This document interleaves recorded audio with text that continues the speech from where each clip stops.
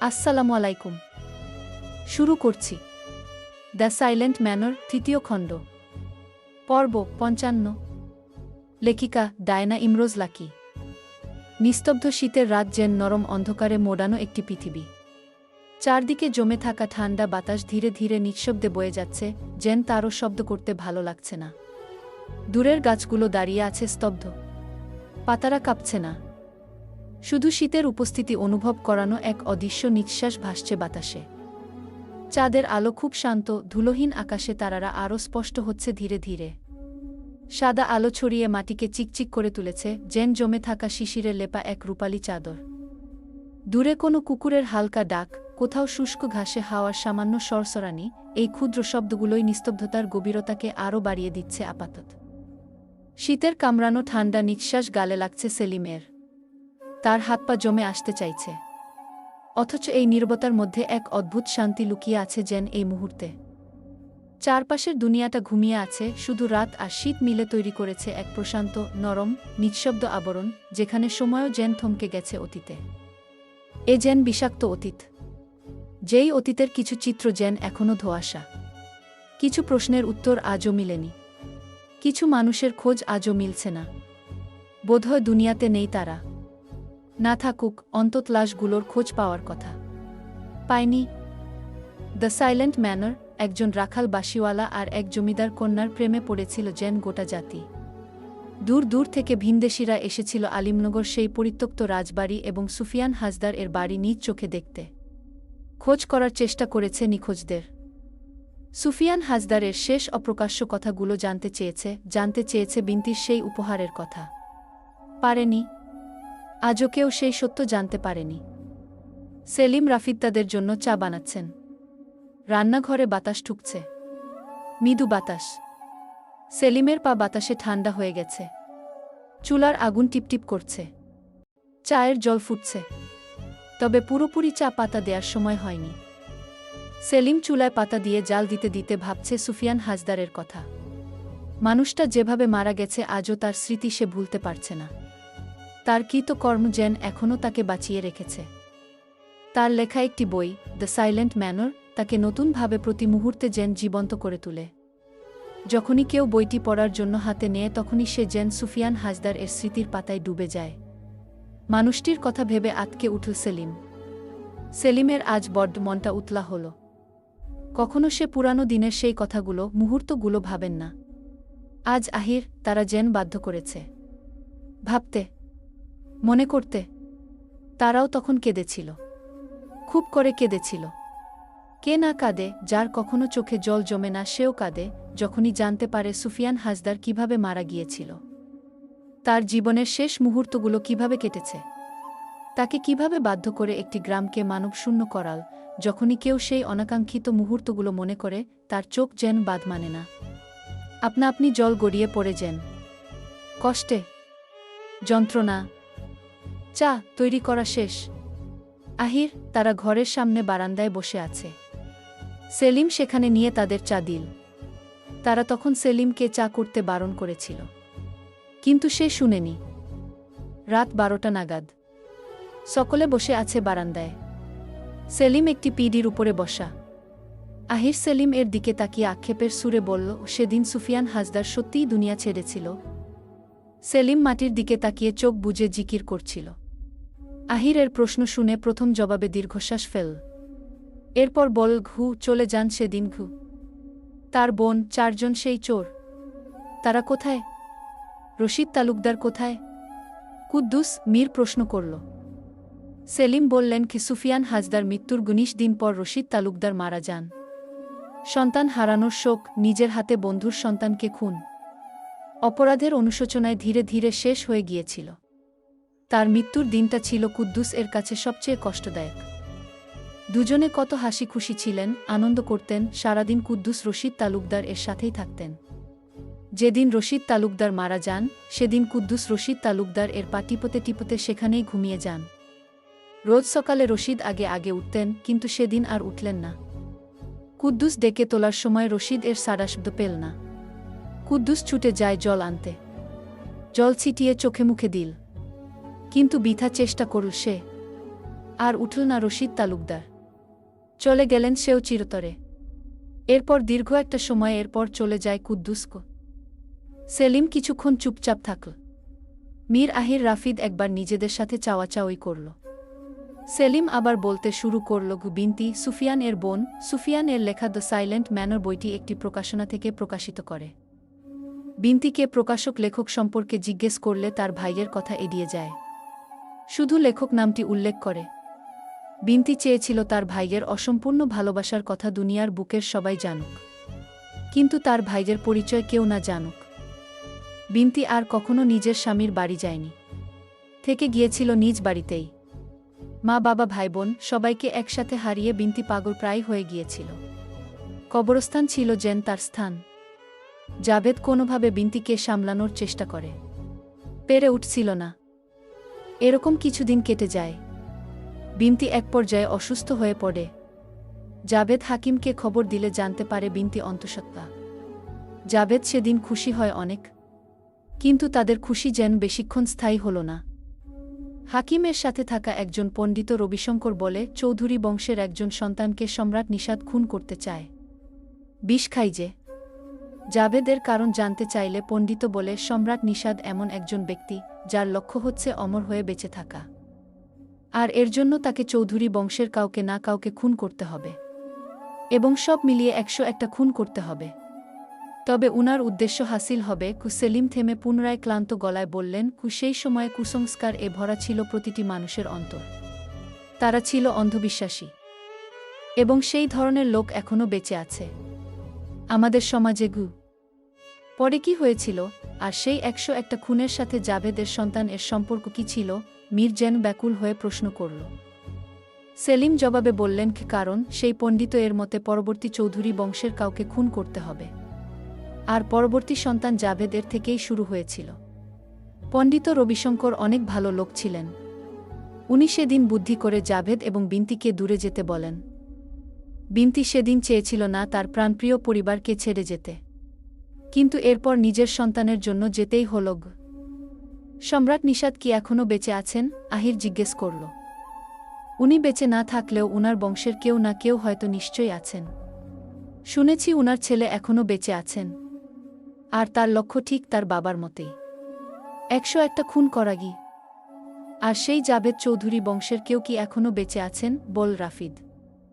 সেলিম এবার একটু নড়েচড়ে সাবধানে বসলেন। সেকেন্ড কয়েক চুপ থাকলেন। তিনি আবিষ্কার করলেন তাদের আশেপাশে কেউ আছে, লুকিয়ে বোধহয় তাদের কথা শুনছে। সে সতর্কতার সাথে চারপাশে তাকালেন তীক্ষ্ণ দৃষ্টিতে। হঠাৎ কেমন যেন বাড়িটা থমকে গেল মনে হচ্ছে। তবু তার ভাবনা আহিরদের বলল না। নিজের ভাবনাকে নিজের মধ্যে দাফন দিল। তার নীরবতা দেখে মীর তার দিকে ঝুঁকে বলল, চুপ করে আছেন যে। সেলিম বললেন, কি জাভেদ চৌধুরীর পরবর্তী অধস্তন প্রজন্ম এর মধ্যে আমজাদ চৌধুরী বেঁচে আছেন?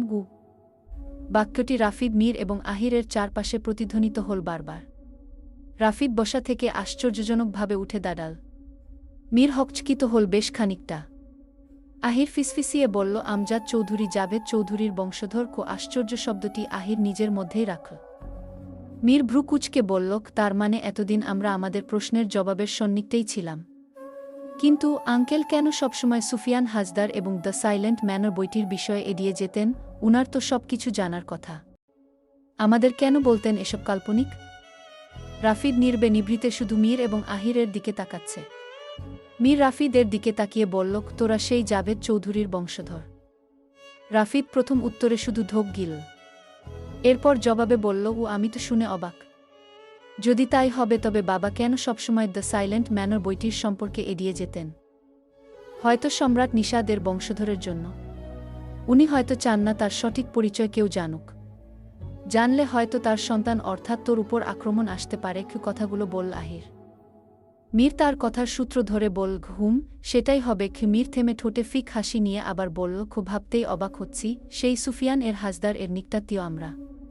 যেই রহস্যর জাল আমরা খুঁজেছি সেই জালে আমরা আগে থেকেই জড়িত। আহির বলল, তোর সব কিছুতেই আনন্দ। আনন্দ না করে এখন কি কাঁদব? মীর বলে হাতে সিগারেট তুলে নিল। আহির নির্বাক কণ্ঠে বলল, আমার তো ভেবে কষ্ট হচ্ছে। এই ভেবে কত কষ্টে সুফিয়ান হাজদার জীবন ত্যাগ করল, ফারদিনা নিরপরাধ হওয়া সত্ত্বেও ভালোবাসার জন্য জীবন উৎসর্গ করল। সুফিয়ান শত গ্রামবাসীদের বাঁচাতে নিজের ভালোবাসাকে কোরবানি করল। কষ্ট হচ্ছে ভেবে আহির স্তব্ধ হয়ে গেল। বারান্দার পাশেই বসল। রাতের গভীরতা বাড়ার সাথে সাথে যেন তার যন্ত্রণার পরিমাণও বেড়ে যাচ্ছে। রাফিদও এসে তার পাশে বসে অসুখীভাব নিয়ে রাফিদ বলল, আমি সিন্ধুতলি গ্রামে যেতে চাই। সুফিয়ান হায়দারের বাড়িটি একবার দর্শন করতে চাই। আমিও ভেবেছি যাব, এবং আমাদের সেই অশ্বধারীকে সুফিয়ান হাজদারের খোঁজ দিতে হবে। হয়তো সিন্ধুতলি গ্রামেই তাদের কবর আছে। আহির বাক্যটুকু বলে কাতপাশ থেকে রাফিদকে দেখল। মীর এসে তাদের সাথে সহমত পোষণ করে বলল, হ্যাঁ, আমরা সবাই যাব সিন্ধুতলি গ্রামে। সেলিম এসে দাঁড়ালেন তাদের পেছনে। মীরকে কঠিন চোখে পর্যবেক্ষণ করে বলল, যাও, দেখে এসো সেই কবর, দেখে এসো সিন্ধুতলি। তার কণ্ঠে ক্লেশ। মীর তাৎক্ষণিক কিছু ভেবে সেলিমকে বলল, আচ্ছা, ব্রিটিশ দল যদি আলিমনগর দখল করে থাকে, তবে আজকের আলিমনগর কিভাবে দাঁড়িয়ে আছে? সেলিম হাহুতাশ হলেন। এরপর মুহূর্তেই স্তব্ধ হয়ে বললেন, কি ব্রিটিশরা শেষ অবধি আর গ্রাম দখল করতে পারেনি। রশিদ তালুকদার, সুফিয়ান হাজদার মৃত্যুর পর হঠাৎ করে যেন গ্রামবাসীরা উত্তাপ হয়ে উঠেছিল। সবাই একত্রিত হয়ে গ্রামকে ব্রিটিশমুক্ত করতে সক্ষম হয়। অবশ্য এতে করে অনেক গ্রামবাসীরা প্রাণ হারিয়েছিল। বিনিময়ে সফল হয় তারা। এরপর পুরোপুরি ভারতবর্ষ স্বাধীন করে মহাত্মা গান্ধী। ব্রিটিশরা হারিয়ে যায় চিরতরে। পরিবেশ শান্ত। সেলিম বারান্দা থেকে নেমে গরুর ঘরটির দিকে দেখলেন। চাঁদনির আলো ধরে চারপাশে তাকালেন। কিছুক্ষণ আগের অজানা কারো উপস্থিতি তাকে নতুন ভাবনায় গ্রাস করে নিয়েছিল। তার ধারণা কখনো ভুল হয় না। আজও হয়নি। নিশ্চয়ই কেউ ছিল, কিন্তু কে? কেন তাদের কথা আড়াল থেকে শুনছিল? প্রশ্নের উত্তর মিলছে না। তার চাহনি দেখে মীর তার দিকে এগিয়ে গেল। জিজ্ঞেস করল, কি দেখছেন? কিছু হয়েছে? না, তোমাদের অশ্বগুলো দেখছিলাম। তোমরা কখন যাবে সিন্ধুতলি? মীরের প্রশ্ন এড়িয়ে গেলেন সেলিম। আমরা আগামীকাল যাব। খুব সকালে বের হতে হবে। তাই করো। এখন ঘরে চলো, বাইরে থেকো না। সেলিমের কণ্ঠে রহস্যময় শিথিলতা। থেমে আবার বললেন, কখনো তোমরা পশ্চিম পাড়ার শেষ সীমান্তে গিয়েছিলে? মীর কপাল ভাঁজ করল। রাফিদ বারান্দা থেকে জবাব দিল, ভুলে গেছিস? তুই আর আমি গিয়েছিলাম তো, মনে নেই? আমি সেতু থেকে পড়ে গেছিলাম। রাফিদের তির্যক শব্দে মীর এর মনে পড়ল পশ্চিম পাড়ার কথা। সেইখানের হ্রদের ওপার দাঁড়িয়ে ছিল একটি পরিত্যক্ত রাজবাড়ি। সেলিম তখন বললেন, সেখানে নিশ্চয়ই পরিত্যক্ত কোনো রাজবাড়ি দেখেছ? মীর সংকট নিয়ে বল, কিন্তু এই প্রশ্ন আমাকে করছেন কেন? সেলিম স্থান ত্যাগ করলেন। ধীর পায়ে মীরের অশ্ব অগ্নিল এর কাছে ঘেঁষে বললেন, সেটিই সেই পরিত্যক্ত তালুকদার বাড়ি। এক সময়ের জাঁকজমকপূর্ণ বাড়িটি আজ শুধু শেওলা আর জলে ঘেরা।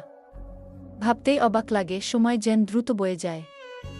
সেই যেন রশিদ তালুকদার, ফারদিনা আর তার 4 ভাইয়েরা কথা বলছে। রশিদ তালুকদারের কণ্ঠ ভেসে আসছে কানের কাছে। এতটুকু বলে বুক ভরে শ্বাস নিলেন সেলিম। আজ যেন শুধু তার কথা বলার দিন। তখন থেকে তিনিই বলে যাচ্ছেন, বাকিরা শুনছে। বিরক্ত হচ্ছে না কেউ, বরং কাল ছায়ার ঘেরা অতীতের ঘটনা তাদের জানতে যে খুব আগ্রহ হচ্ছে। যদি সম্ভব হতো সুফিয়ান এর অপ্রকাশিত অজানা সেই সত্য জানার চেষ্টা করত। যদি পারত তবে বিন্তির সেই উপহার সম্পর্কে জানত। কিন্তু আজ যেন কোনো কিছুই সম্ভব নয়। সবকিছুই যেন অসম্পূর্ণ রয়ে গেল। মীর বলল, যেদিন আমি আর রাফিদ সেখানে যাই, আমার কেন যেন অদ্ভুত এক অনুভূতি সৃষ্টি হয়েছিল। মনে হয়েছিল ওখানকার প্রতিটি মানুষ জীবিত। কেউ বোধহয় আমাদের দিকেই তাকিয়ে আছে। সেলিম অশ্ব ছেড়ে পায়চারি করতে করতে বললেন, আমিও সুযোগ হলে সেখানে যাই। কাঠের সেতু পাড়ি দিতে সাহস করি না। এপার থেকে যতটুকু সম্ভব দেখা যায় ততটুকু দেখি দুচোখ ভরে। যখনই দেখি অতীতের মুহূর্তগুলো মনে পড়ে, খুব মনে পড়ে। আচ্ছা, আপনি কে? আহির এসে দাঁড়াল মীরের সামনে। চাঁদের মৃদু আলো পাতার ফাঁক থেকে পড়ে তার ফর্সা গালের উপর বৃত্তাকার চিত্র তৈরি করল। সেলিম থমকে দাঁড়ালেন। আহির তাকে চুপ থাকতে দেখে আবার বলল, আপনি এত কিছু কিভাবে জানেন? রশিদ তালুকদার আপনার কি হতো? সুফিয়ান হাজদারকে আপনি কিভাবে চিনতেন? সেলিমের মুখে বিব্রতকর পরিস্থিতির একটি ছাপ ফুটে উঠল। সে চোখ নামিয়ে ফেল। দ্বিতীয়বার চোখ তুলে বললেন, ও আমি কে জানাটা কি খুব বেশি দরকার? আহির হেসে প্রথম উড়িয়ে দিল প্রশ্নটি। বল উনা, আমরা শুধু বইটির অসম্পূর্ণ কাহিনী জানতে চাচ্ছিলাম। জেনেছি। এখন আর আপনার পরিচয় জেনে কি করব? তবু আহির তার বক্তব্য মাঝপথে থামিয়ে দিল। সেলিম বললেন, জানতে যখন চাইছ তখন না বলে উপায় কি? সোলেমান সুফিয়ান হাজদারের বিশ্বস্ত 4 চোরের মধ্যে একজন। তিনি ছিলেন আমার দাদা। তার কাছ থেকে আমি সব কিছু জানতে পারি। আমি আমার 15 বছর বয়সে বাবার থেকে এসব ঘটনা শুনেছিলাম। শুধু কানে শুনেই কল্পনার জগতে বিচরণ করেছিলাম সুফিয়ান হাজদারকে। এখন হয়তো মনে প্রশ্ন জাগতে পারে, তখনকার সমস্ত ঘটনা এখনও মনে আছে কিভাবে? মনে রেখেছি। তাই মনে আছে। বয়স অনেক হয়েছে, হয়তো দেখে বোঝা যাচ্ছে না। এটা আল্লাহর রহমত। উনি এখনও আমাকে বাঁচিয়ে রেখেছেন। বোধহয় তোমাদের দ্য সাইলেন্ট ম্যানর বইটির সম্পর্কে জানানো বাকি ছিল আমার। এই জন্য সেলিমের চোখে জল এসে ঠেকেছে। এখুনি গাল বেয়ে টপ টপ করে পড়তে শুরু করবে। তার ব্যাকুলতার মিশ্রিত মুখটি দেখে তারা তার সন্নিকটে এগিয়ে আসে। রাফিদ বলল, আপনি কতটা তাদের ভালোবাসতেন তা বোঝা যাচ্ছে কি? সুফিয়ান হাজদার ছিলেন একজন দর্দি ব্যক্তি। যখন তিনি ছোট্ট ছিলেন তখন তার গ্রামের গরিবদের আড়ালে আড়ালেও দান করতেন। নিজে না খেয়েও অন্যদের খাওয়াতেন। নিজের প্রাণের ঝুঁকি নিয়ে অন্যর জীবন রক্ষার্থে ঝাঁপিয়ে পড়তেন। 4 জন চোর, যাদের ভালো এবং সৎ পথে আনার জন্য তার আপ্রাণ চেষ্টা ছিল। শেষমেশ সে সফল হলেও নিজেকে যেন জীবন উৎসর্গ করতে হয়েছিল। সেলিম থেমে যান। সেকেন্ড কয়েকের বিরতি নিয়ে আবার বললেন, আমি এখনও যাই সিন্ধুতলি। তার কবরটি জিয়ারত করে আসি। কখনো যেন তাকে জিজ্ঞেস করতে ইচ্ছে করে, কেন এভাবে সেদিন হারিয়ে গেছিলেন? বুকভরা কষ্ট নিয়ে বিদায় নেয়ার খুব বেশি দরকার ছিল।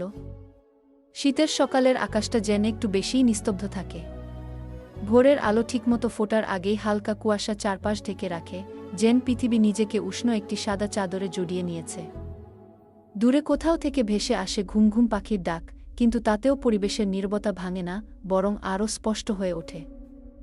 গাছের ডালে ডালে ঝুলে থাকে জমে থাকা শিশির। প্রথম রোদ পড়তেই তারা কাচের মতো ঝিলমিল করে ওঠে।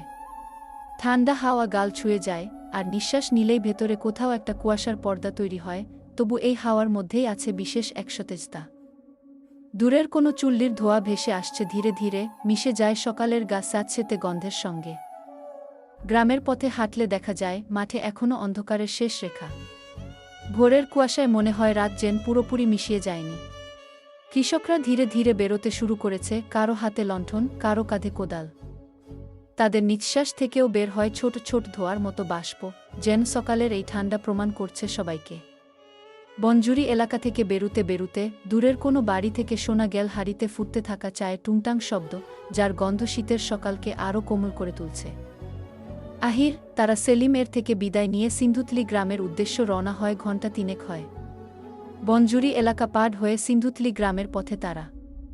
জানা যায় সিন্ধুতলি গ্রামকে এখন কেউ গ্রাম বলে আখ্যায়িত করে না। শহরের কাছাকাছি ছিল গ্রামটি। হয়তো হাজদার বাড়ি থেকে এখন শহরের ঘ্রাণ আসে, গাড়ির হর্ন আসে। নেই আর বোধহয় নিস্তব্ধ বাড়িটি। রাস্তার পাশে ছোট ছোট জমিতে শাকসবজি চাষ করা, মূলা, ধনেপাতা, ফুলকপি সকালের শিশিরে ভিজে চকচক করছে। কোথাও কোথাও দেখা যায় কৃষকরা জমিতে নেমে পড়েছে, আবার কারো বাড়ির উঠোনে গরুকে খড় দেয়া হচ্ছে। বাতাসে থাকে ধোঁয়ার ভেজা মাটির মিশ্র গন্ধ। আরও কিছু দূর পথ এগোতেই রাস্তা একটু চওড়া হয়, কাঁচা পথ সরে সরে ইট বিছানো পাকা রাস্তায় গিয়ে মিশে। কুয়াশা ধীরে ধীরে পাতলা হয়, আর দূর থেকে ভেসে আসে মোটরসাইকেলের শব্দ। গ্রামের শান্তির সঙ্গে শহরমুখী তাড়াহুড়োর প্রথম মেলবন্ধন এখান থেকেই শুরু। আরও সামনে পথ বাড়তে থাকলে বাড়িঘর ঘন হতে থাকে। ছোট ছোট চায়ের দোকান, গ্যারেজ, মুদি দোকান সব মিলিয়ে পরিবেশটা শহুরে গন্ধ পেতে শুরু করে। রাস্তায় গরু ছাগলের আনাগোনা কমে যায়, বদলে বাড়ে ট্রেনের শব্দ।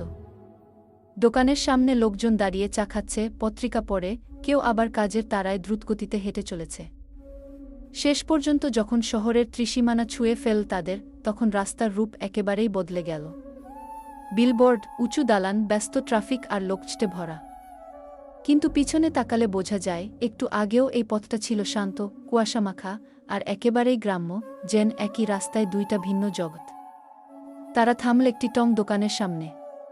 মীর অশ্ব থেকে নেমে দোকানে গিয়ে চা চাইল 3 কাপ। আহির হেঁটে কিছুটা সামনে এগোল।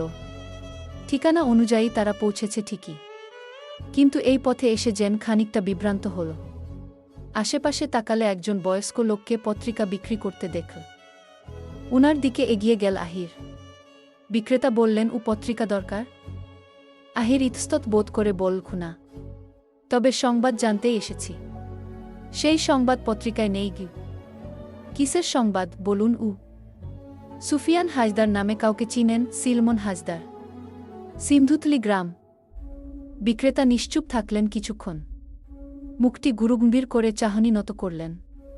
এরপর বললেন, হু, চিনি, কিন্তু তারা তো আর কেউ বেঁচে নাই। আপনি বলতে পারবেন তাদের বাড়িটি কোনো দিকে? বিক্রেতা হাতের ইশারায় একদিকে দেখিয়ে দিল। শহরের পার্শ্ববর্তী এলাকা হলেও বিডিটি ঘেরা লতাপাতা আর শেওলায় যেন। দূর থেকে দেখে আপাতত এতটুকু বোঝা যাচ্ছে। এগিয়ে গেল তারা বাড়িটির দিকে। বিশাল ঘেরাও করা প্রাচীর। মূল গেটের সামনে একজন দারোয়ান দাঁড়িয়ে। উনার অনুমতি নিয়ে তারা ভেতরে প্রবেশ করল। অনেক পর্যটকদের দেখা যাচ্ছে ভেতরে। একে অপরের সাথে বাড়িটি দেখিয়ে দেখিয়ে আলোচনা করছে। কেউ নোট হাতে কিছু লিখছে। আহির, তারা ঘুরে ঘুরে বাড়িটির বাইরের দৃশ্য দেখছে। নিঃশব্দের আড়ালে থেকে পরিত্যক্ত হাজদার বাড়িটি যেন তাদের পানে চেয়ে আছে, যেন কিছু বলতে চায়। অপ্রকাশিত অনুভূতিগুলো প্রকাশ করতে চাইছে, পারছে না। কতশত জমা ব্যথা ছিল যেন পুরো বাড়িটা জুড়ে। আজ কেবল শূন্য ইট পাথরে খোদাই করা যন্ত্রণাগুলো। আশেপাশের পর্যটকরা কথার শব্দে চারদিক জমিয়ে রাখলেও যেন বাড়িটির নিস্তব্ধতা কাটছে না। এই নীরবতা যেন কোনোদিন কেটে যাওয়ার নয়। ঘুরে ঘুরে তারা বাড়িটির কবরস্থান এর দিকে গেল। পরপর 7টি কবর। প্রথম কবরটির সমাধিফলকে খোদাই করে লেখা তাইজ্জেবা বেগম, নিশ্চয়ই সুফিয়ান এর দাদি। এরপর লেখা তার দাদা, বাবা এবং মা, বোনের নাম। শেষ দুটো কবরের কাছে এসে তারা থমকে দাঁড়ায়।